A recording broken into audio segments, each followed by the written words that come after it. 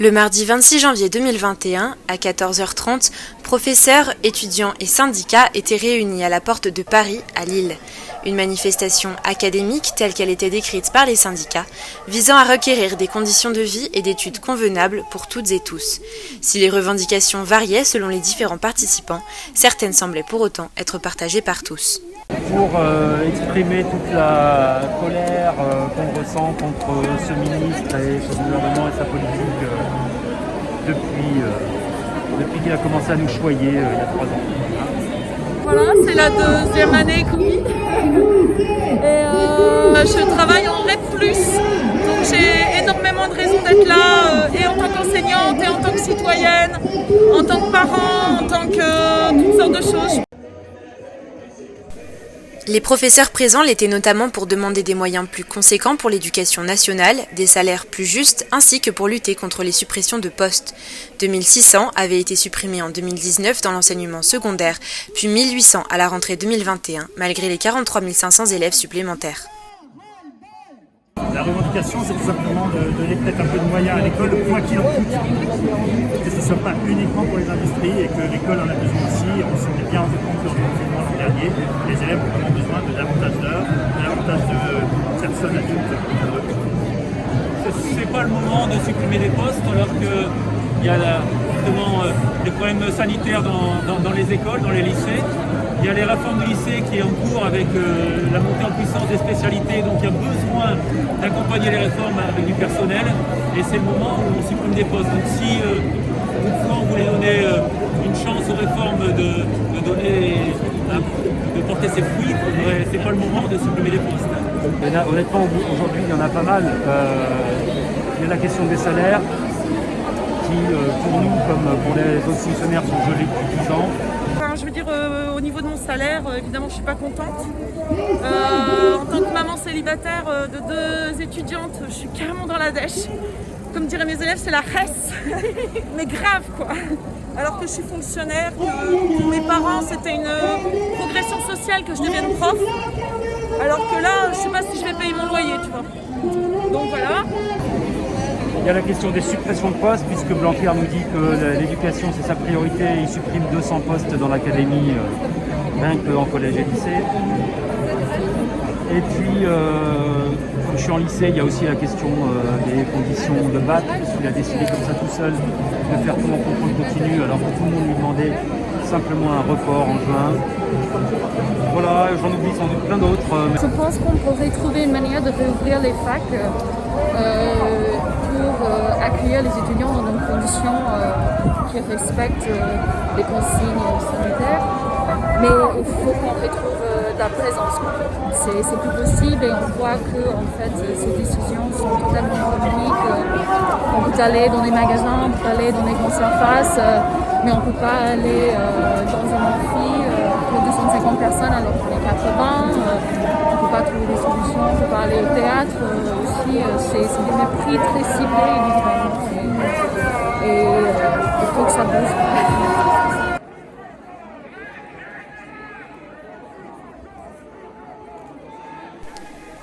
Alors que le premier confinement du printemps 2020 avait augmenté les disparités et les inégalités entre les élèves, les professeurs ne souhaitent pas une nouvelle fermeture des établissements scolaires. Nous on ne souhaite pas, enfin le corps enseignant en général ne souhaite pas la fermeture des écoles, des lycées, des collèges. Donc, clairement, on n'est pas prêt à basculer vers le tout numérique, quoi. On ne voit pas trop de lumière à la fin de cette situation. On souhaite avoir les moyens de continuer à accueillir nos élèves parce qu'on sait que ça fait des dégâts. Enfin, on s'en est rendu compte ici en début d'année scolaire. Il y a quand même des élèves qui ont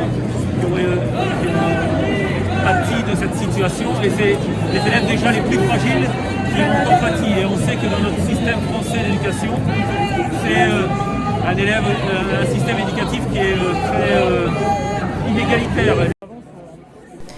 Les membres de l'enseignement s'inquiètent également pour la jeunesse, même lorsqu'ils n'y sont pas confrontés directement. Qu'ils soient parents, professeurs de lycée ou d'enseignement supérieur, ils témoignent d'une inquiétude grandissante quant à la situation actuelle. C'est très compliqué parce que d'un côté, en lycée, les lycéens sont jamais que des pré-étudiants 6 mois plus tôt. Donc eux, on leur dit qu'il faut venir Et on arrive à s'organiser pour faire des demi-groupes. Ça fait depuis novembre qu'on est en demi-groupe. Donc on se dit que ça devrait pouvoir être possible pour les étudiants. Je peux te dire concrètement, mon aînée qui est en licence 3, elle a arrêté alors qu'elle a des notes brillantes, etc. Et la cadette qui a eu son Corona Bac l'année dernière et puis qui est en première année de licence, elle est désespérée. Elle ne sait pas du tout comment être étudiante. Là, je vois mes étudiants qui vivent dans des situations super compliquées en ce moment. Je suis assez révoltée par la situation généralisée dans l'enseignement supérieur, qui date déjà. On reçoit un mépris du gouvernement depuis un bon moment et ça s'empire et ça se cristallise en fait avec les situations de fermeture des facs, des cours à distance qui se prolongent. Et je vois mes étudiants toutes les semaines en visio, ils sont dégoûtés, ils sont déprimés. Ça devrait être la priorité nationale, que ce soit au niveau de l'éducation ou du sanitaire. Les enfants, c'est ce qu'on devrait protéger en premier. Voilà. Et à 18 ans, vous êtes encore des enfants. Donc voilà, c'est ça, moi j'appelle le gouvernement à protéger les enfants.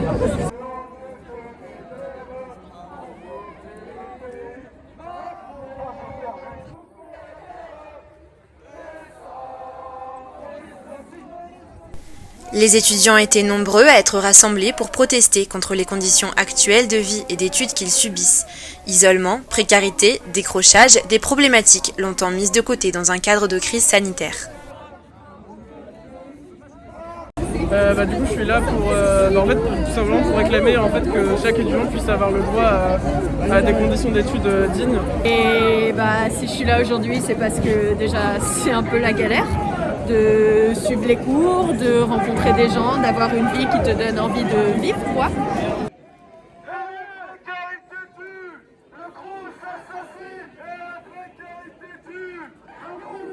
Cela fait en effet maintenant depuis mars 2020 que les étudiants sont assignés à résidence. Un retour partiel dans les facs avait été permis à la rentrée scolaire de septembre, vite évincé par la seconde vague du nouveau coronavirus. Alors que partout dans les médias, les jeunes témoignaient de leur isolement et de leur souffrance, Emmanuel Macron a récemment pris position sur cette problématique, annonçant envisager un retour en présentiel, un jour par semaine, ainsi que la création d'un chèque psy. Par rapport à cette situation, je pense que déjà il faut rouvrir les universités, c'est important. Je pense que c'est le point principal et je pense que déjà il faut partir de là et après je pense que c'est déjà la première étape. Le distanciel il a surtout accentué tous les problèmes existants, toutes les inégalités qui existaient déjà entre les étudiants et tout. Et du coup en fait nous on veut surtout s'assurer que chaque personne puisse avoir le droit à juste des études dignes, quitte à valider directement les années ou à aider concrètement, donner plus d'aide aux étudiants, etc. Il n'y a pas du tout assez de moyens pour l'université, n'est-ce pas? Et c'est pas du tout un problème qu'il y a depuis le Covid, c'est un problème qu'il y a bien avant, quand on voit que les moyens ils sont pas du tout à la hauteur de ce qu'on nous avait promis. Déjà j'attends déjà beaucoup plus d'aide et une facilité, réduire par exemple les dossiers à remplir ou ce genre de choses pour avoir accès aux aides, parce que c'est assez compliqué. Il faudrait qu'il y ait beaucoup plus de psychologues sur les universités. Il me semble qu'ils ont doublé le nombre de psychologues, mais on est passé d'une psychologue pour 30 000 étudiants à une psychologue pour 15 000. Ça reste quand même 15 000 étudiants. Alors... Moi je pense que déjà les recours c'est une excellente idée. Parce qu'il y a aussi les étudiants qui sont pas boursiers. Moi j'étais dans ce cas-là, notamment j'avais pas accès à ces repas qui étaient moins chers. Je pense que ça peut aider aussi parce que ça décharge un peu les parents. Donc ouais, je pense que ça c'est une bonne mesure. Après pour les chèques psy, je sais pas si ça va être faisable parce que je crois que c'est un peu compliqué. Il y avait une surcharge des demandes chez le psy, mais après je pense que c'est une bonne initiative aussi, même si je sais pas si elle pourra vraiment être fonctionnelle. Ils ont promis des choses, Macron il a fait un chèque psy mais il n'y en a qu'un seul. Et aller une fois chez le psy, c'est pas avoir un bon suivi et la précarité étudiante ne permet pas d'aller chez le psy toutes les semaines avec la bourse du Crous. Donc voilà. Je pense qu'il faut beaucoup plus d'aide, que l'État donne beaucoup plus d'aide aux étudiants, de l'aide financière, qu'il annule les loyers au Crous aussi. Si des mesures ont donc bien été promises, l'annonce d'un potentiel reconfinement pourrait changer totalement la donne et replonger, pour un 3e trimestre consécutif, les étudiants dans la solitude. Pour moi en février on pouvait déjà retourner en TD quoi. j'avais déjà espéré ça. Déjà, pendant le premier confinement, on s'est déjà battu contre le fait que les examens en distanciel, tout le monde n'avait pas accès à un ordinateur. Là, pour le deuxième, on a dû se battre parce que l'université mettait les cours en présentiel, alors que les gens n'étaient pas forcément chez eux, ils n'étaient pas forcément là sur l'île, etc. Là, pour le troisième reconfinement, vraiment, on s'attend un peu à tout. On ne sait pas du tout comment l'université va gérer. Moi, j'ai toujours l'impression que le confinement il est moins restrictif que le couvre-feu déjà. Parce que le couvre-feu, déjà, il fait fermer les commerces plus tôt. Alors qu'au confinement, on a toujours la possibilité des commerces qui sont ouverts plus tard, le soir, par exemple les services de restauration.